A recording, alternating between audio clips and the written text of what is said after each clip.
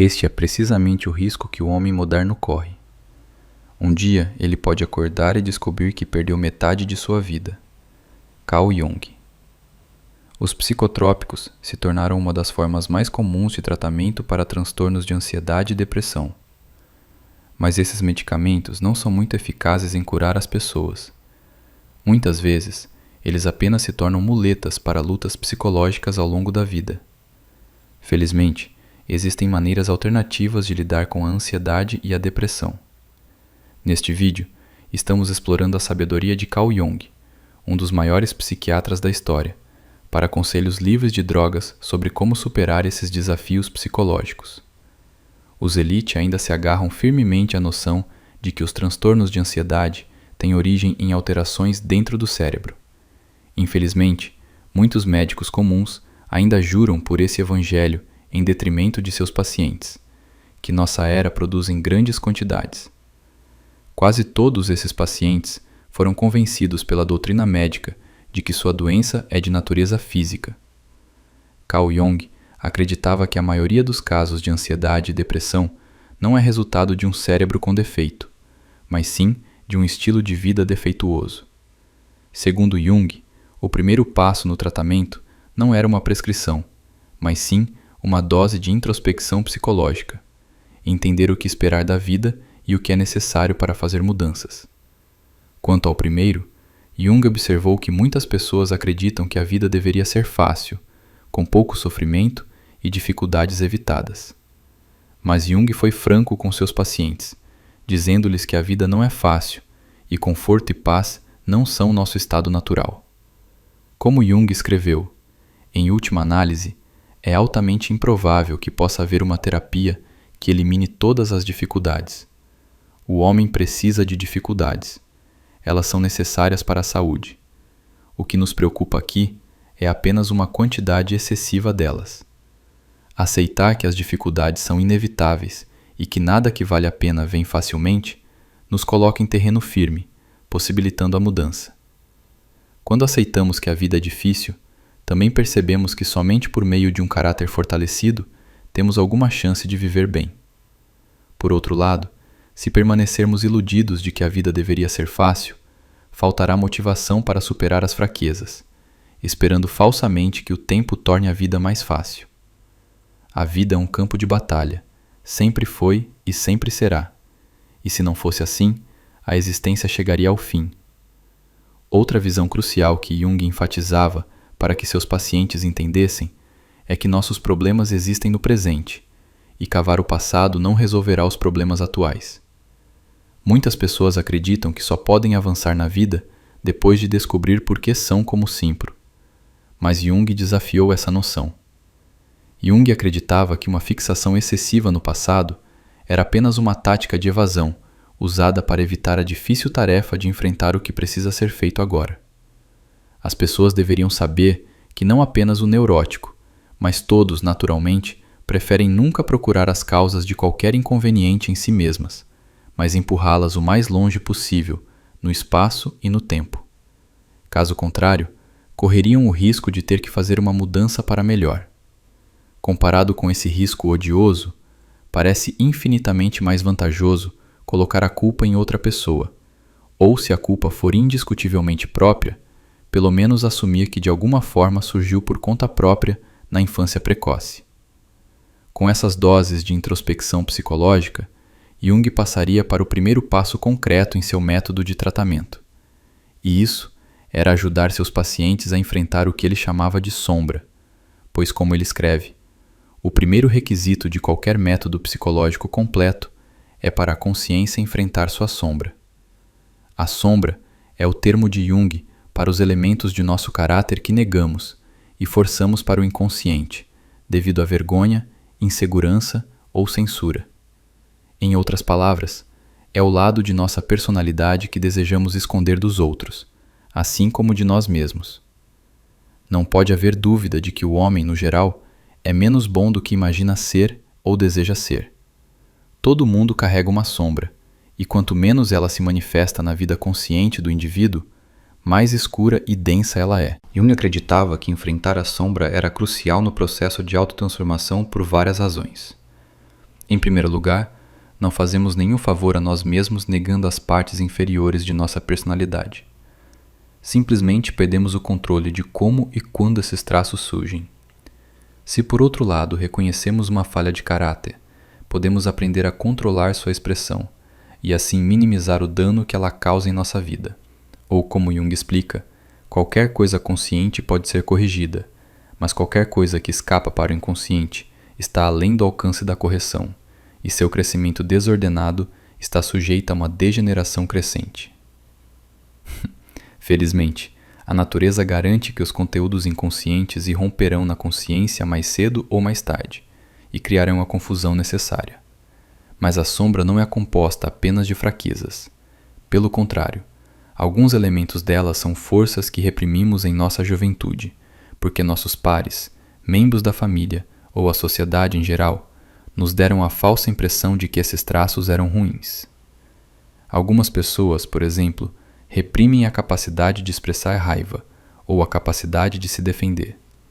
Outro benefício de se tornar consciente da sombra, portanto, é que ganhamos acesso a traços de caráter que promovem a vida. Ou, como Jung escreve, a sombra é apenas um pouco inferior, primitiva, não adaptada e desajeitada, não totalmente má. Ela até contém qualidades que de certa forma vitalizariam e embelezariam a existência humana, mas a convenção proíbe. Uma maneira de se tornar consciente da sombra é observar as fraquezas, falhas e inseguranças das pessoas próximas a nós, pois não apenas a maioria de nós reprime traços de caráter semelhantes, mas também tendemos a projetar elementos de nossa sombra em outras pessoas. Se, portanto, prestarmos atenção aos traços de caráter de nossos amigos e familiares que nos incomodam, também podemos vislumbrar nossa própria sombra. Além de observar os outros, outra maneira de trazer a sombra à luz da consciência é refletir sobre os motivos de nossas ações, especialmente ações das quais nos envergonhamos, e estar abertos à autocrítica quando for justificada. Pois, como observa Jung, muitas vezes a única coisa que nos impede de ver nossa sombra é a capacidade de sermos honestos conosco mesmos. Com um pouco de autocrítica, podemos enxergar através da sombra.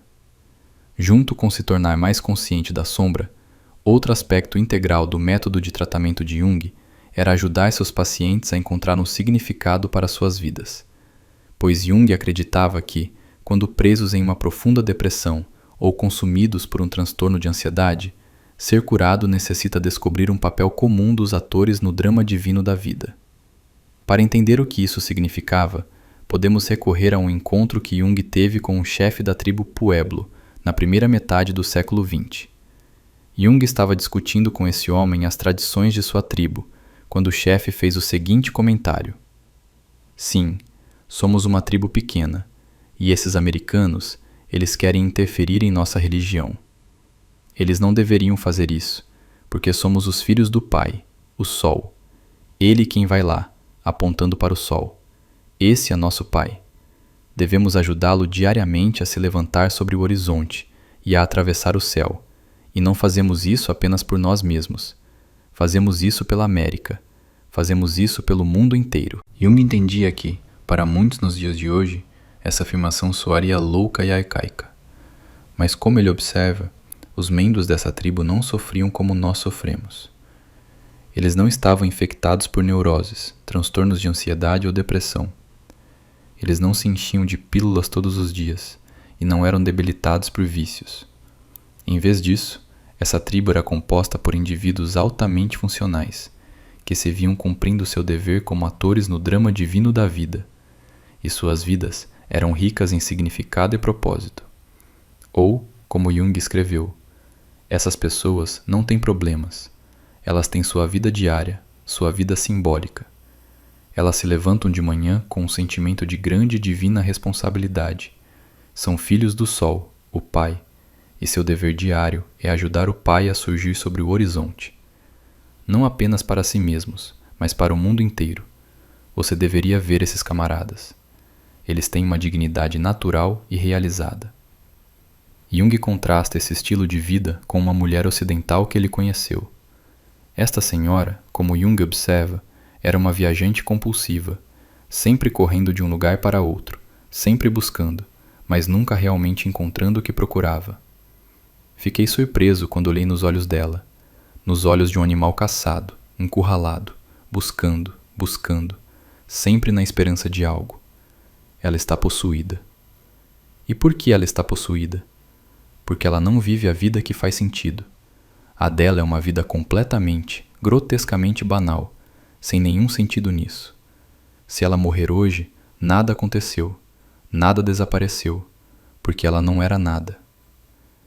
Essa busca compulsiva infecta muitos no mundo ocidental. Alguns correm de um destino para outro, alguns perseguem parceiros românticos, outros são buscadores compulsivos de dinheiro, prestígio, fama ou reconhecimento nas redes sociais.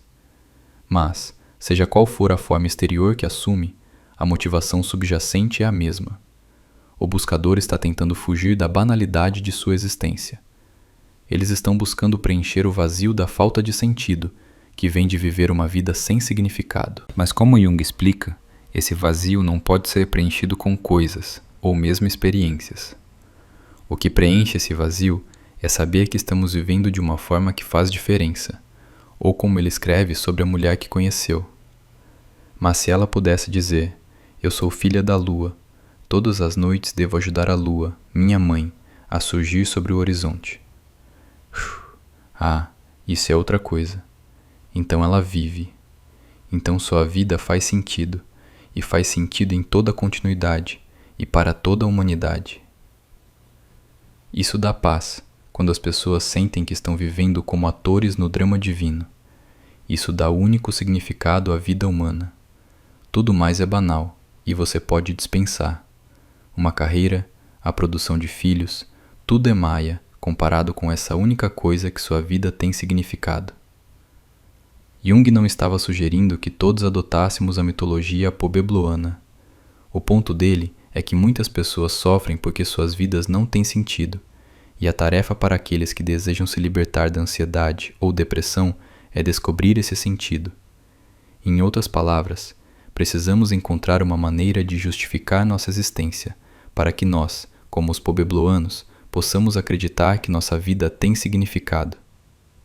Para alguns, isso pode ser alcançado por meio da religião, para outros contribuindo de forma substancial para a promoção de valores, como justiça, liberdade ou comunidade, enquanto outros encontrarão isso através do ato criativo. Mas para nós, no Ocidente moderno, onde falta uma mitologia dominante, cabe a nós, e somente a nós, descobrir como podemos desempenhar um papel significativo no drama divino da vida. Para os poucos que conseguem essa tarefa, uma vida satisfatória definirá seu futuro. Para os muitos que não conseguem, anos ou décadas de sofrimento sem sentido e busca compulsiva serão seu destino. Estou apenas preocupado com o cumprimento daquilo que está em cada indivíduo. Esse é todo o problema. Esse é o problema do verdadeiro pobeblo, que eu hoje faço tudo o que é necessário para que meu pai possa surgir sobre o horizonte.